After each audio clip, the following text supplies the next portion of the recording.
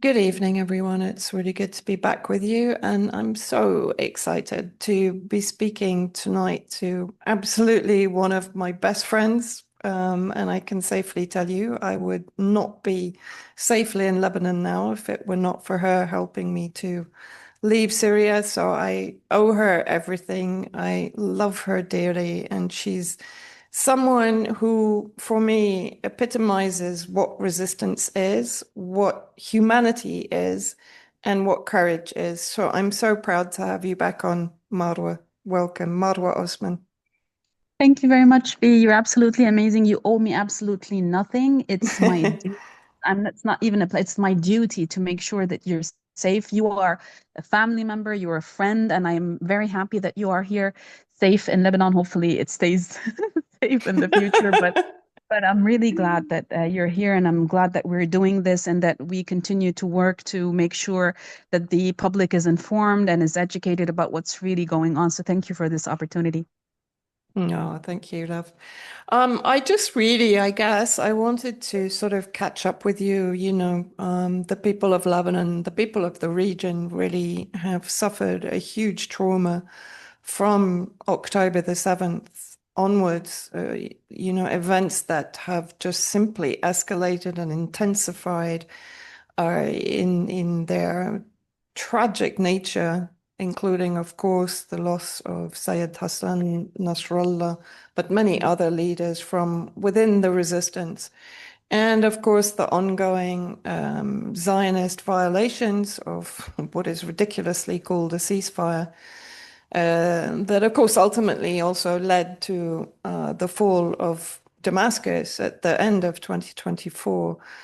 And I just really wanted to ask you how people are dealing with this level of trauma and loss and grief. I mean, we were both at the funeral that was held a few months ago here in Beirut.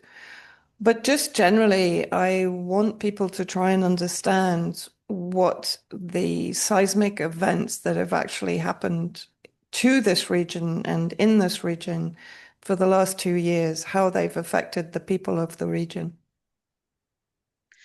Vanessa, I think the day that we witnessed the funeral of Sayyid Hassan Nasrallah was uh, like it was some sort of a crossroad for the community that supports the resistance in Lebanon, because it was at that point Sayyid Hassan had been assassinated since September 27, and the Mm, funeral was on February 27. So that's many months before people were able to properly mourn a person who changed, literally changed the course of their lives. And now his assassination is going to change the course of the future of their upcoming generation, their families, their children, and their grandchildren. And I say this with utmost scientific facts. I'm not saying it only emotionally. I'm saying it.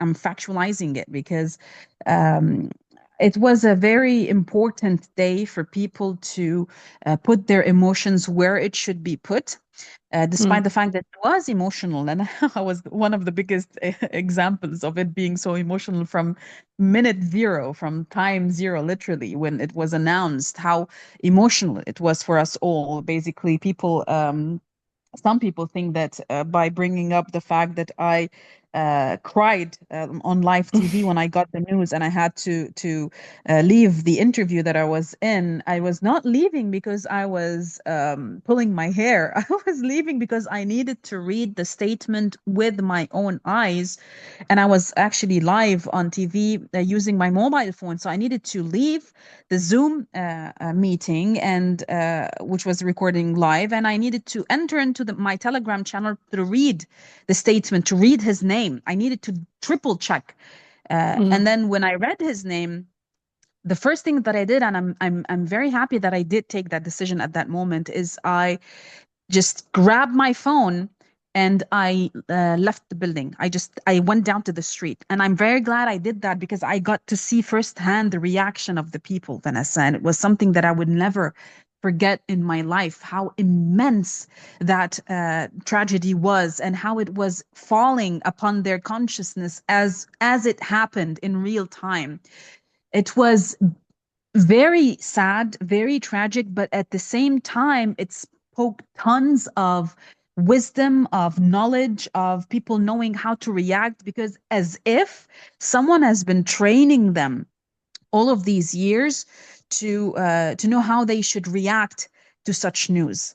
It was very graceful. It was very beautiful. It was very sad. And at the same time, it was like the people were not, because the mainstream media, whether it was local or international, was portraying the people as if a community is now just crushed, and the biggest tragedy has befell this community, and now they're gonna disintegrate and whatnot. On the contrary, from literally day one, people were collectively deciding without even having to speak it out loud that we stick together no matter what, because this is what he wants us to do. And this is what was also portrayed during the funeral, if you remember, where Yeah. people, I think we were talking, and we had with us also our very good friend, Fiorella Isabel. It was her first visit also to Lebanon. And you remember, I remember distinctively that she told me, this is the very first time in my life that I attend such a huge ceremony with such a number of people and nothing out of the ordinary happens. I was like, what do you mean out of the ordinary? Because every year, Vanessa, we were used to huge crowds because every year we commemorate Ashura, and at Yeah. least 1.5 million people go down to the streets, whether in not only in Dahi but all across Lebanon. So it's sometimes amounts to more than 2 million. But it was the first time that we all gather in one specific space. But for me, I didn't understand what she was getting from. And she said, if something like this happens, for example, where I come from, and she comes from the United States of America, but she's living elsewhere. But she said, if something like this happens in one of the states that I used to live in, it would have been chaos. It would have been looting. It would have been people killing one another. I was like, what are you talking about? Like, this is an event. And there were still certain lines of Western culture that I hadn't really understood, basically, that she had to explain to me, and I had to show her that no, we're not, definitely we're not going to do that, especially on a day like this. Because as you Mm. saw, the amount of people who were mourning Sayyid Hassan were way more than the people organizing the event. So literally anything could have gone wrong, but it didn't, because this is the community. I'm not even talking about the Shia community, because everyone took part in this Yeah. funeral. So it was a collective decision by the crowd themselves to honor Sayyid Hassan Nasrallah by being disciplined to make sure that this event passes in the most graceful way that he would have accepted it, because he would never accept any of us to desecrate any public property, or to engage in violence, or to whatnot, because this is what he's been literally teaching us for the past 35 years of him being leader of Hezbollah. So it was a beautiful commemoration. It was more like a celebration of this man, and at the same time it was a space and a time for people to collectively mourn what they were not able to do for months before that, because of the continuous war in Lebanon. So, yes, it has affected us emotionally, but at the same time, it has elevated the community to become one, solid one, to a point that the past differences between Hezbollah and Harakat Amal movement, which is also another big Shia movement in Lebanon that is different than Hezbollah. They have unified for the first time in a very, very, I don't think they've ever been unified, honestly. But they were unified after the assassination of Sayyid Hassan. So it unified the community, the collective Shia pro resistance community in Lebanon. And it gave hope for the people who are not Shia, but who are pro resistance in Lebanon, to say that they are part of this resistance community, that they will continue the path of Sayyid Hassan. And basically, that's the slogan of the funeral was "Inna ala al-ahd," we will remain steadfast to the vow that we gave you, Sayyid Hassan, which was we will not be broken, we will not be disintegrated, we will not allow the occupation to take our land, to break us, to besiege us, and even if they do, we're going to stay together, we're going to stick together, and we're going to make it out of it. So it was a beautiful, beautiful thing to watch and to live through and to experience. But at the same time, it took I think the first time that people were solid behind the new Secretary General, Sheikh Naim Qasim, was uh, in the I think it was the speech that came after the Lebanese elections. There was elections at the level of the authorities, the local authorities in Lebanon, Yeah. and it was the speech that came after that that people started to look upon Sheikh Naim Qasim as literally their new leader. They started accepting the fact that now he is the new leader. They didn't have anything against the man, but they were not used to his form of speech. They were not used to his way of um, planning out a dialogue with the community, but they are now getting used to him. And he was also uh, in trial and error, if you will. He was also trying Mm. because this is not the regular comfortable zone for him. He was also getting introduced into this new, completely new zone, which at the very beginning people started having comparisons between him and Sayyid Hassan Nasrallah, which is Yeah. absolutely wrong. You cannot do that at any level. And even the man said that in his latest interview with Al Mayadeen. He cracked open. He started crying when he mentioned Sayyid Hassan and the burden that Sayyid Hassan had uh, held on his shoulders for the past 35 years. And he said that this is a big responsibility, but I promise him that I will be present all the way throughout this responsibility. And it was a very beautiful tribute. And again, the speech that I'm specifically talking about is the first time he issued the warning and the threats against Zionist Israel that don't think that we are weakened. At the contrary, we are not weakened. We are as we were before September 23. We were able to regroup. We were able to manage and maybe replan the way that the weapons and the capabilities are being managed by new and enhanced departments after the assassination of a huge number of first and Yeah. second commanders in Hezbollah. So the people started feeling some sort of confident again because we had months where we didn't have a leader talking to us. And the most important factor of being a Secretary General in Hezbollah for Sayyid Hassan Nasrallah was his very easy approach towards the public. It doesn't matter if he's speaking about Israel or he's speaking about the local authorities or if he's speaking about oil and gas or water or sanitation. He could speak about anything and the people would just listen attentively to him. That is what we really missed. Yeah. And Yeah. we started now seeing that in Sheikh Naim Qasim when he also got used to this new position. So it has been a trial and error on both parties, on the party of the crowd, the public, and the leadership and Hezbollah. But the impact, alhamdulillah, was a very, very big test. It's one of the biggest tests that we have ever been through. And I think we succeeded with flying colors, alhamdulillah. Yeah, that also brings me on to because obviously in the enemy media and in the Zionist media, there is a lot of this rhetoric that the resistance is weakened, and then obviously compounding that with the loss of Syria, at least temporarily, from within the resistance axis and the takeover by basically Al Qaeda working for Israel and the entire Zionist bloc in the region. Yeah.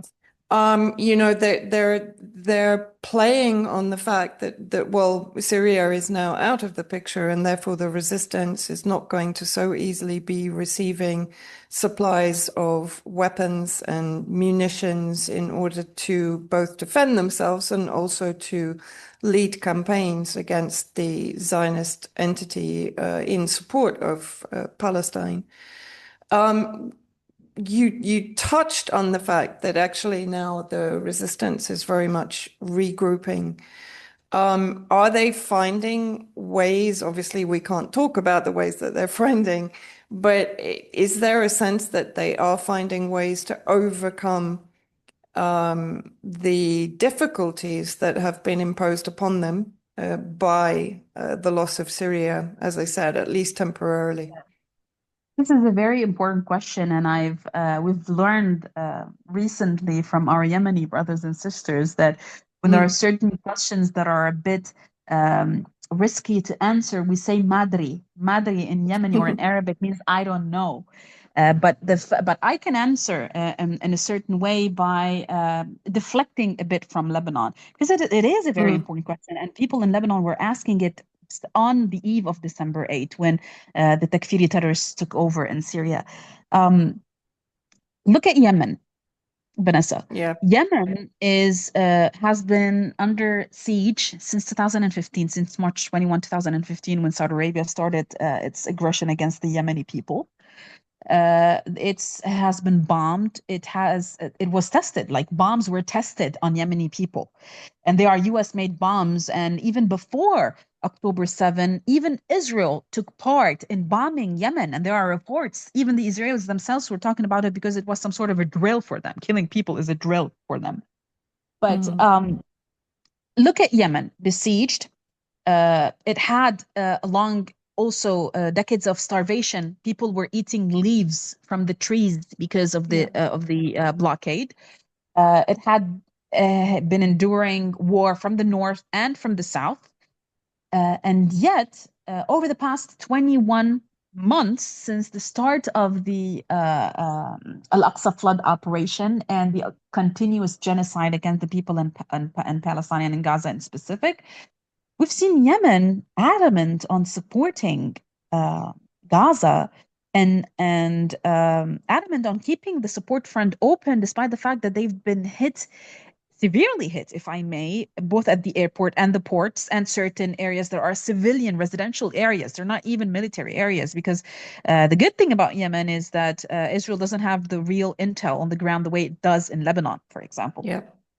Despite all Yeah. of this, Vanessa, since 2015, Yemen not only has shown that it can provide its own capabilities for its own military, it's also enhancing it and using the technology that it has to basically adapt with the new changes. It was the first time that we ever saw a ballistic missile being used as an anti-tanker weapon and Yeah. anti-ship weapon in the Red Sea and in the Bab el-Mandeb Strait. So Yemen, that is cut from the world, has borders with its enemies, is surrounded by battleships, whether it's U.S. or British or other battleships that are part of the NATO aggression against Yemen, and they are making their own weapons. They have Hmm. the know-how. They used to know how from their alliances in the region, predominantly from Hezbollah know-how. For sure, I know that people from Hezbollah throughout the years were helping out in transferring the know-how to the Ansarullah movement in Yemen. That's not even me saying. Everyone knows this. Even the Western intel has reports about this. It's not a secret. Hezbollah, even Hezbollah himself said that, yes, we are proud of helping our Yemeni brothers and sisters. The same way that Sayyid Hassan once said, yes, we are proud of saying that, yes, we moved Cornet and gave it to Hamas in Gaza because they need to fight the occupation. So it's not a secret. So if Yemen, besieged, blockaded, bombed, is capable of fully having its own arsenal, do you think that Lebanon, that has Hezbollah that's been operating since 1982, does not have that? Yeah, and And that also I think another really important point that is often forgotten is the fact that Syria did resist for the 14 years that it did against, I can't remember the number of countries that were fighting the regime change war against 82, Syria. 82. I No, will never forget that exactly. number. No, Yeah, exactly. With the Takfiri hordes from all over the world, including ISIS, of course, under the control of the entire US coalition. yeah, And by doing that, of course, they gave time to the regional resistance state and non-state actors to prepare themselves. And yeah, I think that's something which is often forgotten.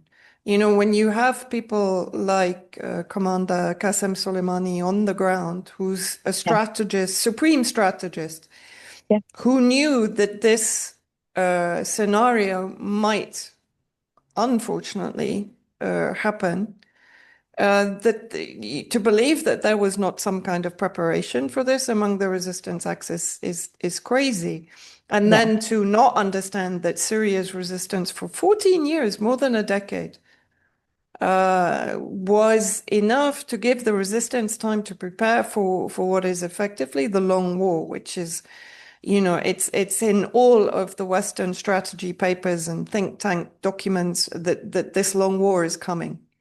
So Yeah. to believe that the resistance was not aware and was not preparing for those 14 years anyway, of course, the loss of Syria is huge. It's huge on Definitely, definitely. Because at the multiple same levels. time, if you Yeah, remember at the beginning of the um, Gaza support front in Lebanon, multiple videos that were released by the Hezbollah military media showed technology that was made by the yeah, Syrian Arab Army, and Hezbollah was they showed this on purpose because they wanted the people mm, to know that it is one alliance. So because some yeah, people were saying, why isn't Syria opening up, for example, the Golan yeah, front, and they're not supporting Gaza. And Hezbollah was adamant on telling the world that no, Syria is supporting Gaza, but we don't need another front at the moment. And Sayyid Hassan mm, was actually used one of the first speeches that he did. I think it was on November 3 or November 5 of 2023. I can't remember the exact date, but it was in November. And Sayyid Hassan made his first speech and said that a lot of our friends have asked us to open the border for them so they can come and join us. But we told them we don't know what to do with our own at the moment, that we have a surplus in our own soldiers, that we don't need new ones. But if we do, we're going to ask you to do so. So it was actually yeah, discussed upon the axis of resistance. And hence why they were using Syrian made weapons and showing the world that they are doing. So, yes, obviously, that the loss of Syria is a very big issue for the resistance. It's a stab in the back for the resistance, but it doesn't yeah, mean that we have no one with us. We have ourselves with us. And at the same time, the same way when our enemies are using technology for their own benefit, we can also use that technology for our own benefit, but with certain limitations. And I think that the issue of the know-how, or how to build arsenal, or how to, especially the arsenal that you could use from Lebanon, because it's totally different from that arsenal that is used in Yemen or in Iran, because from yeah. Yemen to occupied Palestine, it's 2,000 kilometers. From Iran to Palestine, it's also 2,000 plus kilometers from certain areas that were certain missiles were being hit. From Lebanon, I mean, the missile that was being thrown from Iran to occupied Palestine, it took some time, between 7 to 13 minutes to reach. In Lebanon, it takes 3 seconds to reach. And Mm, I think it's 3 seconds. It's way too much because we're yeah, literally right there. So yeah, it's also different, and the type of weaponry that would be used is also different, and it's not that complicated. You could ask military experts about that. It's not that complicated. The main issue, actually, the main threat for Zionist Israel is the battleground in Lebanon. It has more effect on the Zionist entity than actual missiles do. We saw that mm. drones being sent till the very last hour of the war, before the so-called ceasefire happened, which Israel never ceased any fire. But anyways, Yeah, before as the end usual. of the war, as usual, we saw still on a daily basis hundreds of drones were still being sent into Zionist Israel, and that was the biggest threat for them. I mean, people have some sort of a fish memory. They tend to forget, Vanessa. People forget that Hezbollah sent a drone to Netanyahu's bedroom in Caesarea. The people forget it. Literally, we had tons of memes done where the drone is passing under the helicopter before it actually reached his place. And I actually remember doing a meme and doing a dialogue between both the drone and the helicopter, where the drone is asking which way towards Netanyahu's bedroom. It was humiliating for the Israeli entity. People Mm, tend to look at the wider scale destruction, but this is not how you actually review the results of a war. Destruction wise, obviously, Israel is way more superior. But on the battleground, what happened? on the last day of the war, Hezbollah was able to hit severely Tel Aviv to the point where, when a ceasefire was announced, we in Lebanon were astonished. We were surprised. We never believed in a million years that the ceasefire will happen on that day, because we were seeing missiles flying from Hezbollah landing in Tel Aviv, burning down buildings. You could go back to that day, November 26th, of the last day of the war, 2024, and see what Hezbollah did in Tel Aviv. But it was then and there where Israel thought that we should stop this now, because they were not able to take any towns before the ceasefire. Actually, Israel occupied the 10 new points in Lebanon, 10 new hill points in Lebanon after the ceasefire. They Yeah. obviously violated it and entered. Khiam, my hometown, one of the villages it was some sort of a what we call it's more like something that comes out of a Greek uh, like story, or a Greek historical myth, what happened Mm. inside of Siam, where for 66 days Israel was not able to enter the town. They were at the extremities of the town. 66 days bombing, carpet bombing. Yeah, you saw it, Yeah. how it turned into rubble, and they were still not able to enter it. The only time that they entered and they wreaked havoc in the remaining part of the town, and they detonated and blew up basically houses, is after the ceasefire, not before the ceasefire. Yeah. So the Yeah. main issue for Zionist Israel with Lebanon is the battleground. They used the 2024 war to carpet bomb Dahye and the entire border with occupied Palestine. So every target that they had in their drawers, in their notebooks, they bombed that target. Mm. But after bombing it, they were still unable to take the ground. That's a very big deal in Yeah. military strategy, especially for someone like the Zionist entity, which basically patrolled with their vehicles, armored vehicles, into Syria, taking 600 squared kilometers, and then now they're at least 7 or 8 kilometers away from Damascus. They basically marched, no one stopped them. But in Yeah. 66 days, they couldn't even enter into South Lebanon. This is a very Mm. big deal. And they know that if this happens again, it's going to be a war of extermination. It's going to be Yeah. either them or us. So our part will be fighting like there's no tomorrow. And if they don't know what the ideology of Hezbollah means, I don't think they want to learn about it in any upcoming war. If they do so, they most definitely would be idiots, because they really don't know what is happening on the ground. People tend to think Yeah. that if the 1701 is applied, then Hezbollah has lost its upper hand, or that Hezbollah doesn't exist, or that, okay, say whatever you want. Let's just watch till the next war comes. Yeah, exactly. And I mean, let's face it, even after, and we'll come on to Gaza in a bit, but even after everything that they've done to effectively obliterate Gaza, the resistance is still fighting and actually still inflicting Operating. serious And in damage. in such an unbelievable way, Vanessa. I wanted to talk about this because Mm, especially in Beit Hanun and the northern part of Gaza, where supposedly it is a no man's land. They carpet bomb the entire. It's a desert yeah, now. It's a yeah, complete desert, and from that desert, you still have those brave heroes that are conducting operations against the uh, Israeli occupation forces, killing scores of them in each operation. I mean, what kind of a swamp has Israel put itself in? yeah. They can't go And back, yeah. they can't go forward, they're stuck, and they Yeah. cannot take a 360 square kilometer area. What do you think will happen to them in South Lebanon? Yeah, and not only this. I mean, I've been. We talked about this recently when I came on your show.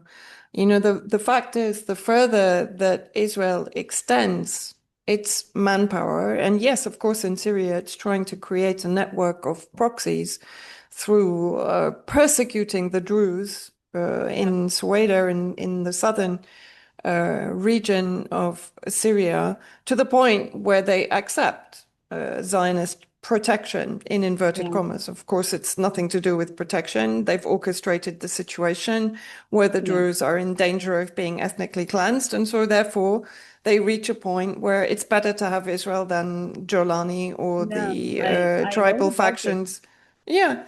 today. But, Yeah, I sorry. wrote about it today, Vanessa, because I was talking to friends who are Lebanese but have families in Sweda, because people Mm, don't understand the fabric of the communities in the yeah. Levant.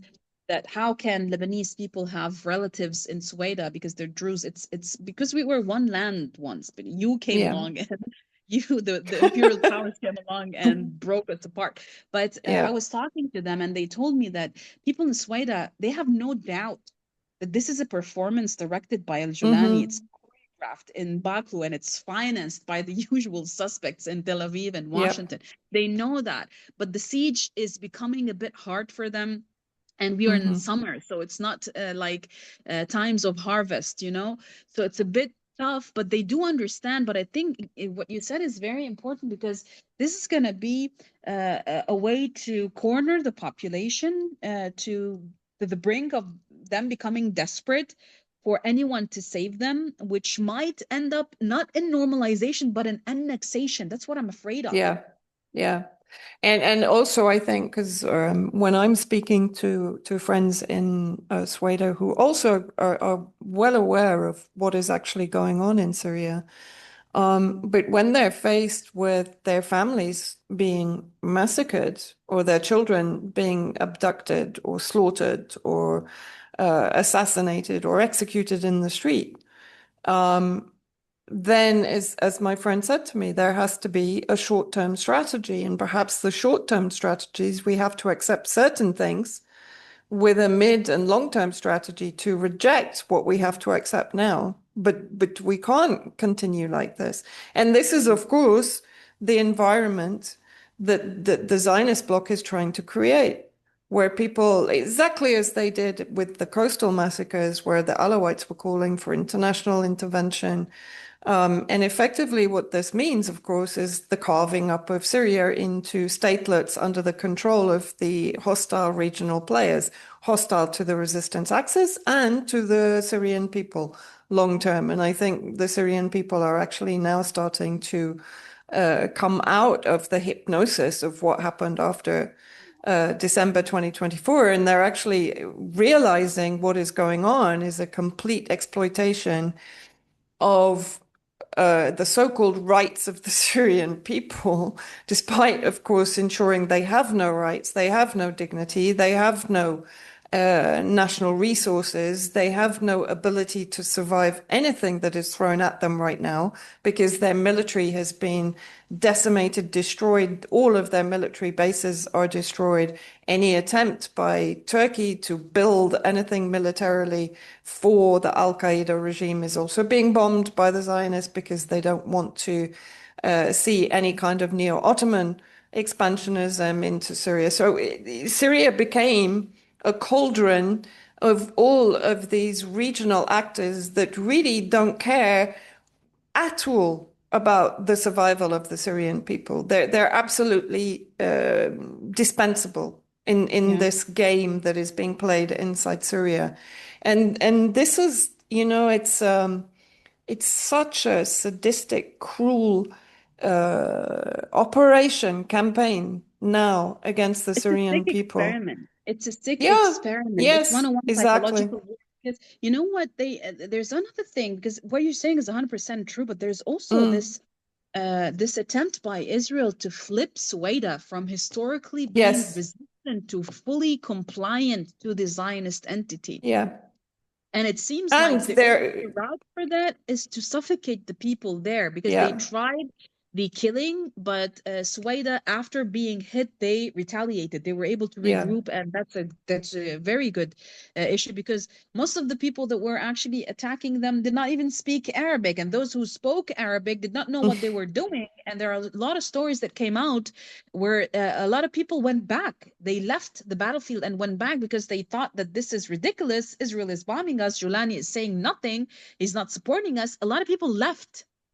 Mm. They like literally left the area after seeing what happened and after seeing the massacres also that took place. But then you have those gangs that are not even under the control of Al-Julani himself.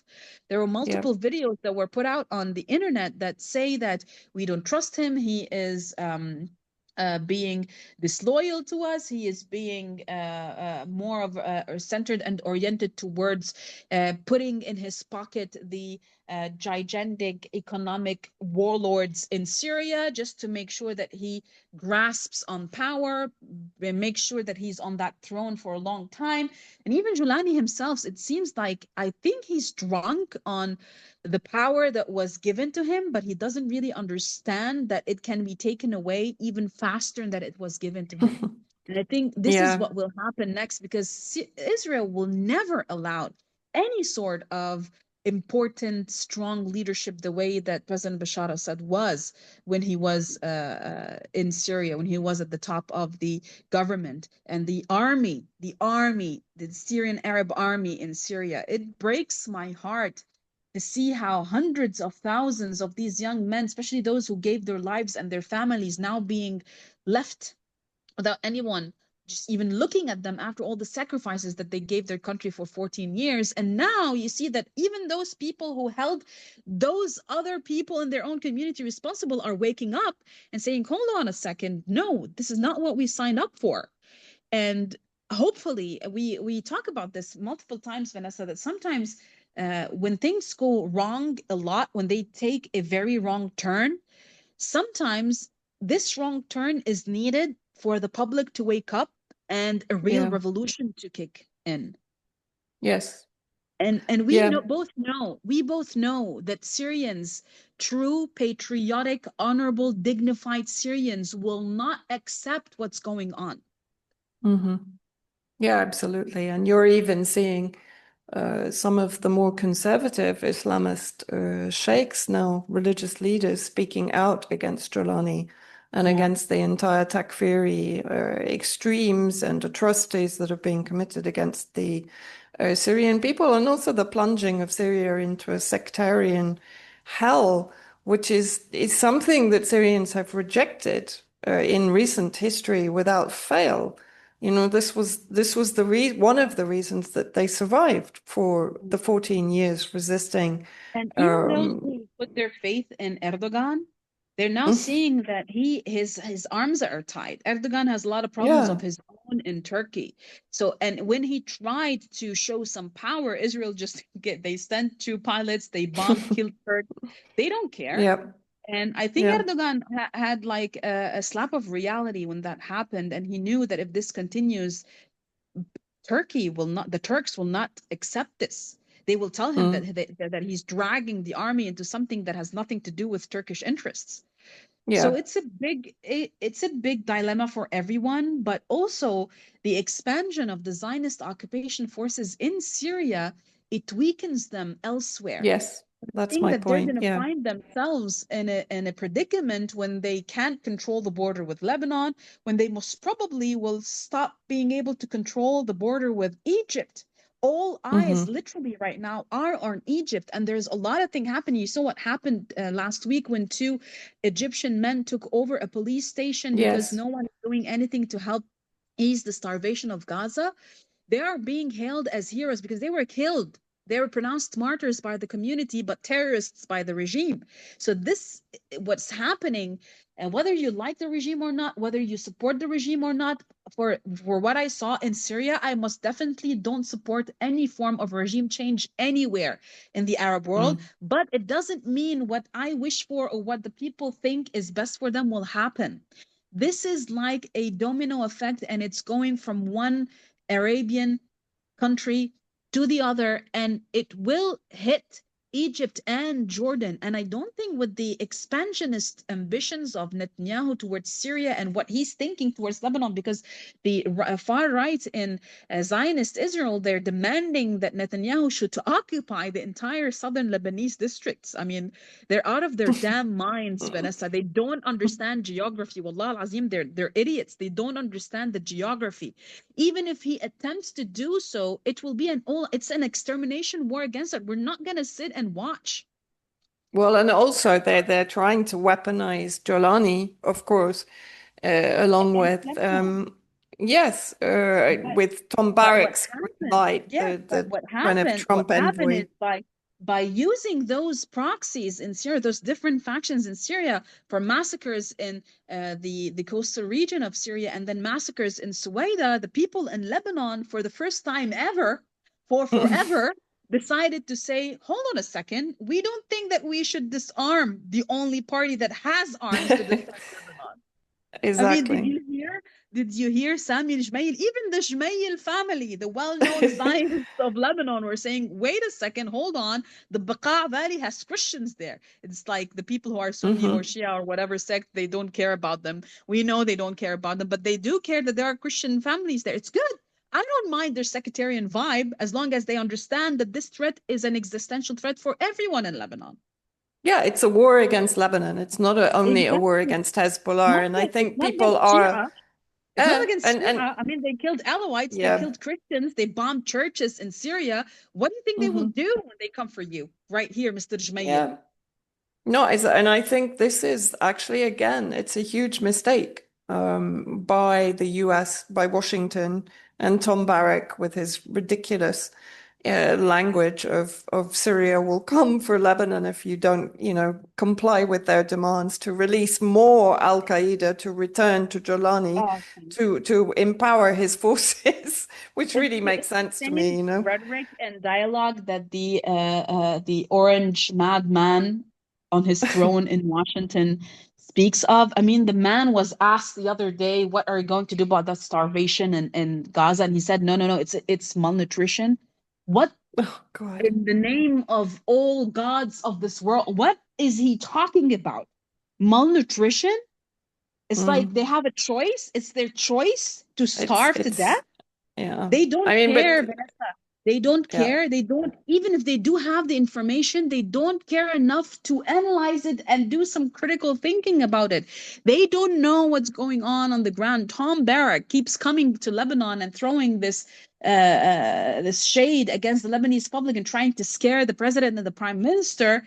But at the end of the day, when even the president and the prime minister in Lebanon saw what was happening in Suwaida and in the churches, and they were like, hold on a second. And you're saying that you want to threaten us with those terrorists? So, what are you trying to make us your allies as your enemies as well? What are you trying to do? And this is yeah, exactly what happened because of the arrogance of the Western imperial powers. They are so arrogant that they cannot see beyond their own noses.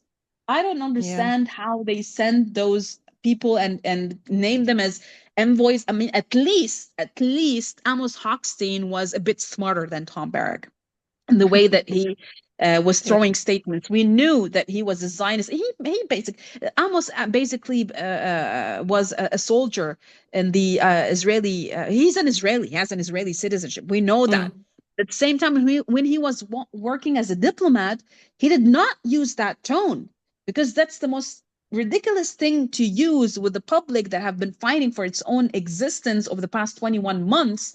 And you come and say you either do that or we kill you. Try. Why don't you try, please? You have bases all around the area. Why don't you try? You want to try and kill us, and then the Israelis want to try and kill us. What do you think happened when you tried to do that with Iran? They bombed you, your bases, and Israel. We're going to be doing the same. We're not going to allow you to stay in Lebanon, and we're not going to allow the Israelis to kill us. I mean, even yeah. if we die trying, it's the only thing, the only option. That's the option that we have. We don't have another option, Vanessa. Well, and also the ridiculous thing is, how can the US bury itself in another war theater quagmire? It's already joined in with the Israelis in Iran. It's still bogged down in Ukraine, even though Trump promised a peace deal from the outset of his new presidency, his inauguration.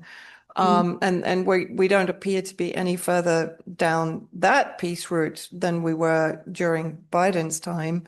Yeah. Um, do they really, are we so far down the route, as you said, that Israel can't go back? It has to keep going in this absolutely fanatic plan that it Yeah. has to destroy any resistance to its existence in the region and create a new paradigm of sectarian statelets that are going to bow to Zionist diktat now and in the future because they're going to be completely de-weaponized and declawed, just as the US, of course, has done with the Lebanese armed forces to keep them below a defensive par where they can actually effectively defend the country against Israel.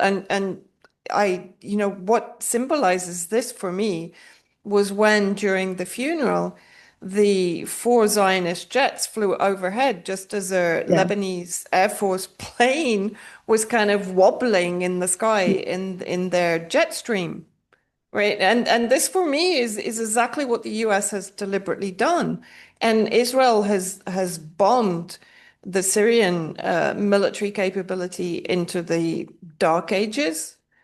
But to what extent can they keep bombing before they actually have to face people on the ground? And that's where they're never going to succeed.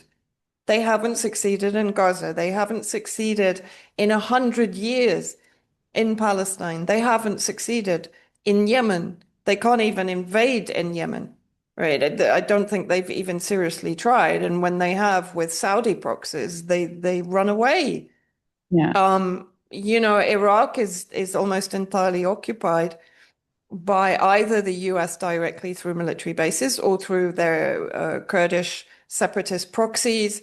And still, they haven't succeeded in curtailing the resistance activities inside Iraq or hindering the growth of those resistance And movements now that are not you only have Shia. also yeah, yeah, and now you have the possibility of a new resistance rising in Syria as well because of Yeah, all their aggression. I could understand why they would choose not to stop because stopping would mean an internal destruction within yeah, itself, the Zionist entity. exactly. But at the same time, they are way above the line. They crossed it so long ago where they gonna keep on moving the same way what happened with the Roman Empire, for example, all the Turkish Mm, Empire when they expanded well beyond their capabilities and their own communities started becoming so tired. I mean, I'm sure that you're reading the reports about the number of suicides that are happening within the Israeli occupation forces mm, themselves and the community and how they are nagging. I was watching a couple of videos on TikTok the other day where Israeli members, soldiers of the Israeli occupation forces, while in their while on duty in Gaza performing genocide against the people, they were doing videos saying that the Haridim, they have to accept conscription into the army because we are tired and they should come and take over so we can go and have a vacation at least to breathe and see our families. Now they're nagging, the soldiers are nagging themselves. So they're expanding well beyond their capabilities. And at the same time, there's something very important because they're also trying diplomatically. I mean, when have you ever seen the Americans having such a long breath in debating with an entity? I don't look. I'm not going to say Lebanon is even a democratic republic. We are just a republic on paper. We don't come up to a level of actually having a democratic republic because that's a debate for another day to talk about how elections are made and how it's weighted. It's yeah. a debate for another time. But when have you ever seen the Americans sending envoy after envoy to try and talk to us, to disarm us? Mm, They're saying, please come on, disarm. And at the same time, that man, Tom Barrack, is saying that the Lebanese army should be trained to be peacekeepers. We're going to take away the UN peacekeepers and make the Lebanese army into peacekeepers, but not offensive military forces. But at the yeah. same time, be careful, Lebanon, because you have terrorists on your eastern borders. What is he on? Is he like on, I don't know, meth? What kind of chemical is he on? He hear what he's saying? He's practically telling the Lebanese that when Zionist warplanes are gonna come and bomb your cities and your villages, you're not allowed to fight back. You're just set aside, you stand, you just maybe like wait for them and maybe give them some directions so they get lost. This is what he's saying. The Yeah, man is mad and he's underestimating our Lebanese army, which we have great pride in, and we understand the limitations of their capabilities because of the American meddling in Lebanon. But we know mm, that we have tough men who are doing a great job, who were massacred by Zionist Israel by bombing their bases all throughout the war, killing our Lebanese army men the same way that they were killing our resistance men.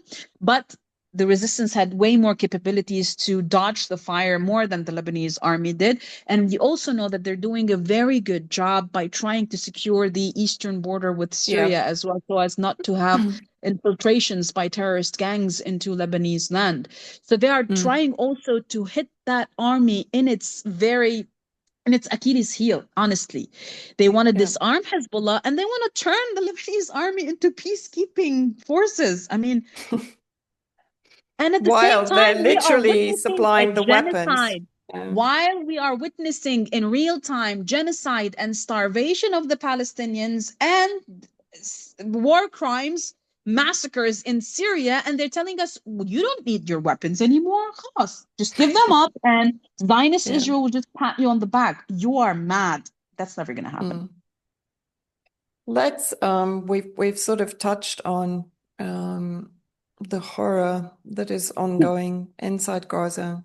Yeah. And you've written recently on your Telegram channel that and I think on X, but I follow you more on Telegram, Yeah. um, about both uh, the awful death that starvation is, forced Yeah. starvation. I want to be very clear about this because, of course, Western media is always portraying it just as they did in Yemen. You know, this Yeah. dreadful starvation in Yemen, this dreadful humanitarian crisis in Gaza, as if it's happening existentially. You Yeah. know, it's nothing to do with Israel. It's just they're being starved or they're Yeah. starving, Yeah. right? Yeah, in the And most lucrative area on the world, on the planet, where plants and fish yeah, reside, people are starving because of malnutrition. They don't know how to manage their food intake. yeah. But Yeah, I think for me, something that is becoming, it's becoming just a burning rage for me is, we've seen Yemen in the last couple of days literally challenging the Gulf Arab states yeah, yeah, and mm, the Muslim states in the region to just yeah, open their borders and allow the Yemeni fighters to pass yeah, safely to go and defend the Palestinians and prevent genocide on Palestinian land. And of course, it's been met with complete silence, right? But I'm also angry from a perspective. Look, from the West, we expect them to be what they are. We don't yeah, expect any better from them. But when I look at the so-called non-aligned axis, yeah, I mean, Putin was discussing Syria today with Netanyahu, and they're discussing the nuclear deal in Iran. But I didn't see any statement about please stop the genocide of Palestinians, stop massacring Palestinian children, stop burying Palestinians under tons of rubble so that we don't actually even know the percentage of the Gazans that have been murdered since yeah. October the 7th, because it's impossible to know. It's probably now in the 400,000 I mark, mean, right? Vanessa And Rucker and has shown impeccable patience with Zionist Israel, even when Israel was killing Russians in yeah, Syria. yeah, Why should exactly. Russians care now about Palestinians? I don't think But they're going to care. I think they're just going to issue statements just to keep up with international law. But other than but that, how does this happen? How did we become a world? And a friend of ours here who's an ambassador, I'm not going to mention the embassy, But, we've had this discussion. How did we end up in a world so devoid of humanity, even from the non-aligned axis, the BRICS component countries, which is dominated, of course, by China, Russia, India. For India, we know is basically in bed with Israel and planning for the uh, yes, the India Middle East corridor, and supplying weapons and Even parts China, Vanessa, to China Israel. Yes, did not exactly. cut its Intel technology cooperation with the Israeli entity, with the Mm. Zionist entity, with what they call the With the IDF. settlement programs, with the They didn't actual cut that. China is Yeah, invested the in that. and in AI technology and drone Yep, technology. They didn't even cut that. yep. And with UAE actually, because China is Yeah. is one of the biggest investors in the UAE and collaborators with the UAE and Israel in surveillance dictatorship, basically authoritarian Yeah. surveillance, which of course is being used by the UAE to target any dissidents or any supporters of the Palestinian cause within the UAE on behalf of Israel. So I want to know, like, yes, China has made some very strong statements, but for how long do we keep listening to these ridiculous statements? And the same with Egypt. What is it now? A population of 100 million. That border could be opened in 5 seconds if Egypt were committed to this. Like, what has to happen um, for all of these countries to react, to actually prevent collectively what is happening to the Palestinians? Or are we completely on our own now? Yeah, we are on our own. We've always Mm, been on our own, but it was a matter of interests. What country has what interests where? Because if mm, it were a matter of morality and justice, Russia wouldn't have allowed the Syrian Democratic country, the regime, whatever you want to call it, it's Syria, the Syria that we hmm. know that has fought terrorism alongside Russian forces to fall the way that it did. At the Yeah, end of the day, it ended up being also interests for Russia, protecting its yeah. own interests. They don't care about the people they left to be massacred at the moment.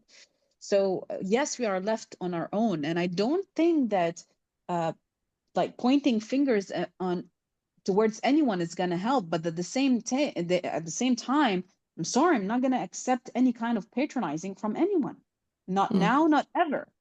Hence why I think this morning when I woke up really really early, and I had this feeling where look, before once we entered the support front for Gaza, my anxiety went through the roof because I didn't know what's going to happen, how mm, Zionist Israel will reply. And when the war started, it was anxiety. The anxiety levels were through the roof on the terrorist attacks of the pagers attacks in Beirut. I saw yeah. it firsthand on the streets. It was something that I will never forget. It was horrible, horrifying.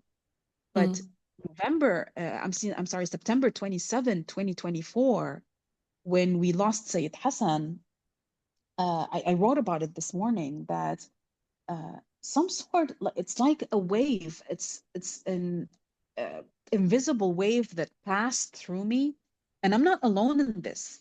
I think we mm, experienced this collectively as a community, where anxiety was completely uprooted. Um, Everything that really challenged my passion and gave me a reason to fight, to bicker, to basically debate and prove and try to convince, completely silent.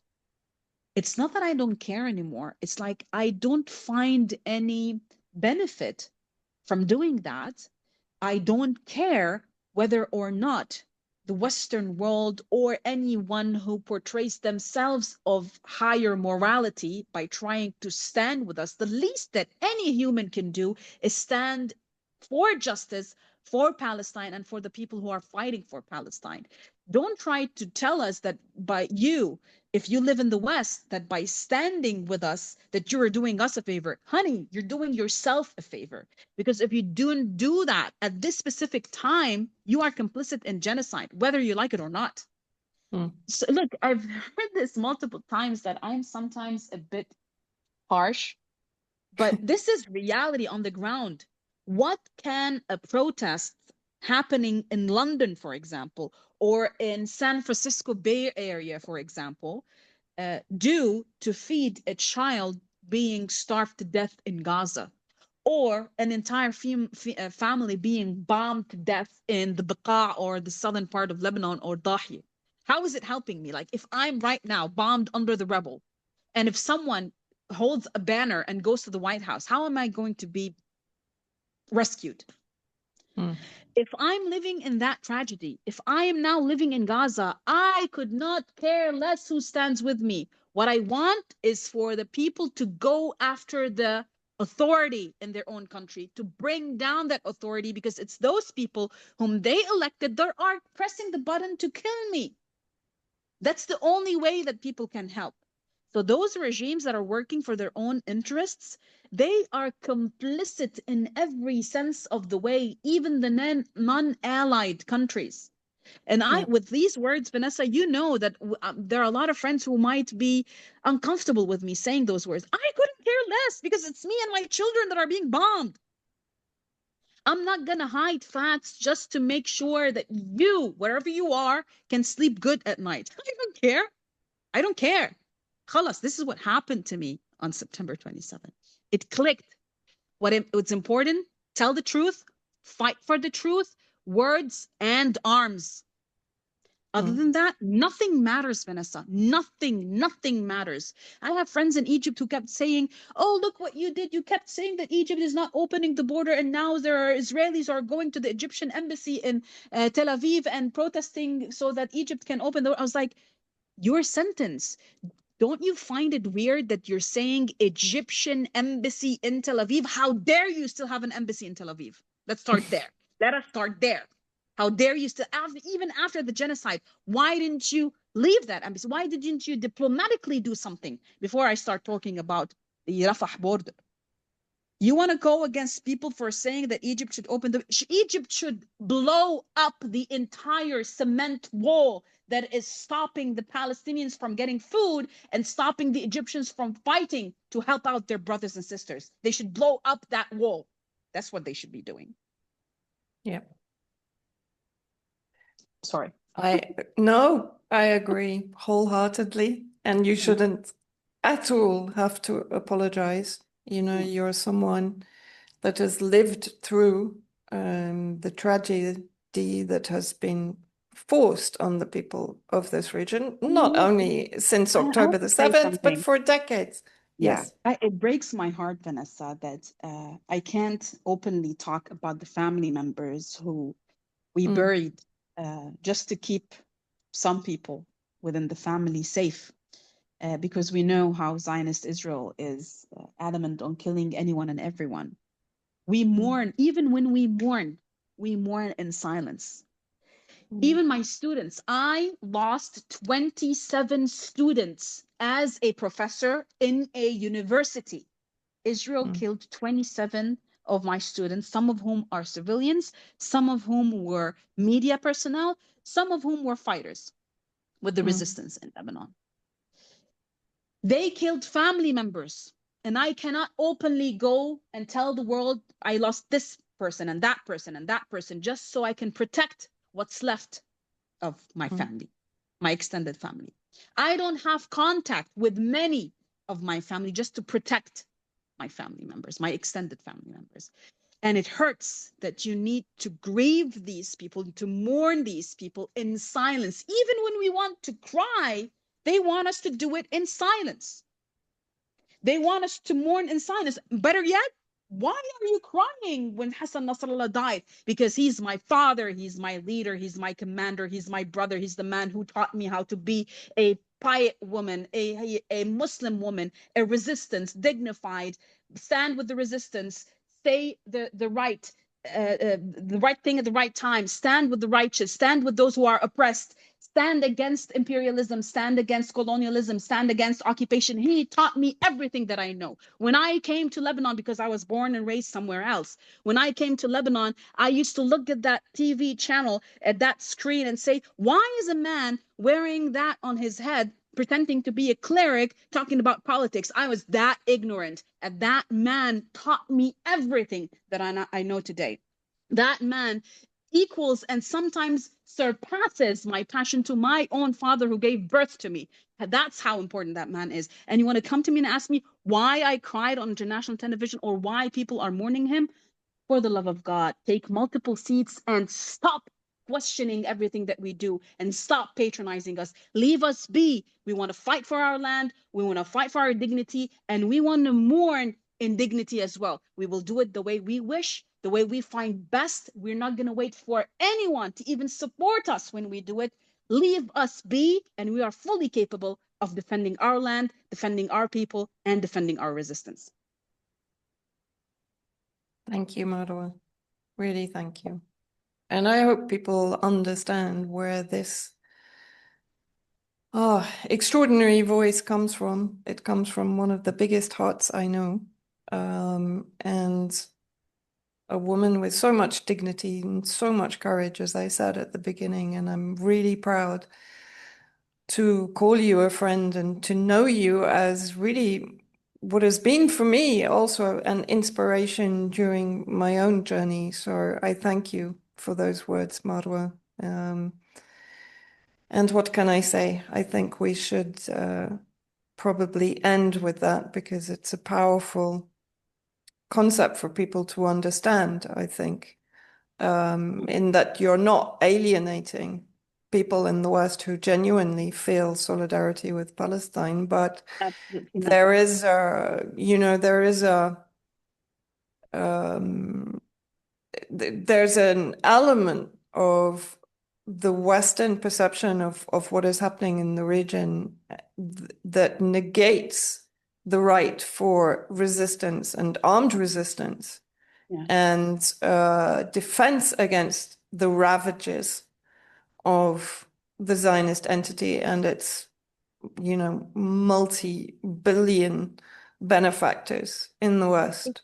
I think I need to say this before we end, Vanessa. There are a lot of people, millions of people around the world who have gone with their support to lengths that are unimaginable. For example, like Aaron Bushnell, for example, or like those who are choosing to try and break the siege while knowing that they will be arrested and probably killed by Zionist Israel. And there are people who lost their jobs. There are people who lost their and Palestine Action who've been passion. declared terrorists. Terrorists, yes, and some people who were declared terrorists. I'm not talking to these people. These people know who they are, and they know what they are doing. They know how important their work is. But at the same time, Vanessa, it's important to shed light on the reality, the raw, unfiltered reality on the ground of how many lives are being lost on daily babies dying in the hands of their mothers, fathers picking up pieces of their babies, putting them in plastic bags. People need to hear that raw, unfiltered reality so it can maybe, just maybe, click something inside of them and probably push them to do the right thing so we can see real change. Otherwise, this will not stop. This will just keep on moving like a domino effect all across the world, and it will not stop in the Arab world. It will not stop in the Arab world. Exactly. Yes. That's a very important point. Is that this is actually one war. It's the war against humanity, just as it's not a war in Lebanon against the resistance, it's a war against all Lebanese. The war here in this region in West Asia is a war that wants, if they are successful in the war here in this region, it's not going to end in this region, Definitely. And the war against freedom of speech and freedom of activism, for example, like Palestine Action, is a war against all the public. Yeah, exactly. And this is what I'm always trying to get across to people, that it's not a disconnected conflict somewhere else in the world. So you don't have to really invest your personal safety and reputation, whatever it is that is most valuable to you, in preventing it. Yeah. the reality is it's all our responsibility.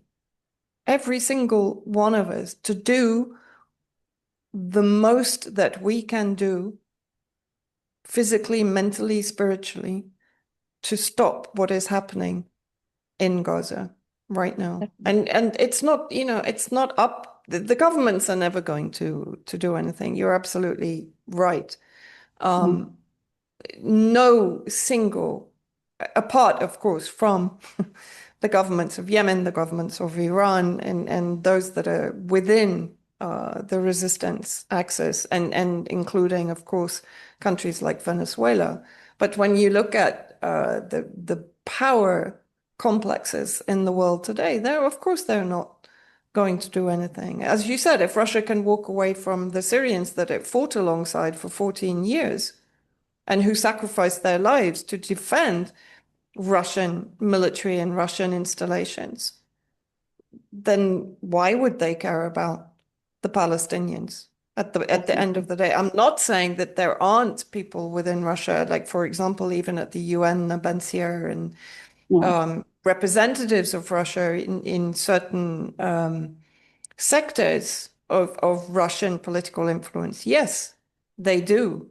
But overall, Russia as a nation is going to protect its own interests first and foremost. And we as human beings have the power. They have the power to pressure Yep. Zionist Israel to stop. They do have the power. Exactly. But they're not using it. So it's down to us. That's how I see it. It's down to us as individual human beings to defend our humanity, our individual humanity and collective humanity before it's too late. Because really that's genuinely how I see it now. And so for you to speak like that, I hope it does have an effect, and that people can understand what is potentially going to be the scenario they have to deal with if it's not stopped where it is right now, because it's not going to stop expanding. It's not going to stop destroying, because this is the nature of the entity. And I'm not only talking about the Zionist entity, I'm talking about the entire, whatever you want to call it, psychopathic entity that wants to have supremacy over this world. Yeah, 100%. 100%. Well, Marwa, thank you so much. Just tell people where they can follow you most easily. Oh, you can sometimes follow me on Twitter at Marwa2 Osman, where I just blabber about anything, but mainly about what's happening in Gaza, and urging and pleading to people to please keep talking about it, because it needs to stay in the conscious of the collective public, whether here or elsewhere. And also on Telegram, I have a channel on Telegram. There's a link of that channel also on my Twitter account. And I'm basically there. I do have a TikTok channel, but I hate TikTok. I don't like using it. And now I was just reading breaking news that they have a new ex-IDF expert who is on the board of directors now to consult them how to use TikTok, basically how to suppress people. So I don't want to be there as well anymore. But that's where you can find me, and they can also catch my show, the Media Stream, on Press TV. It airs. You can just download the because if you have a satellite that does not allow freedom of speech to show you Press TV, you can actually download the app and watch it on the app. And I want to thank you very much, Vanessa, for allowing me to be on your platform, and thank you for accepting my intense reaction towards what's going on in the region. And always. It's an honor for me, an honor and a privilege. So thank you, Marwa. Take care. Thank you. You too.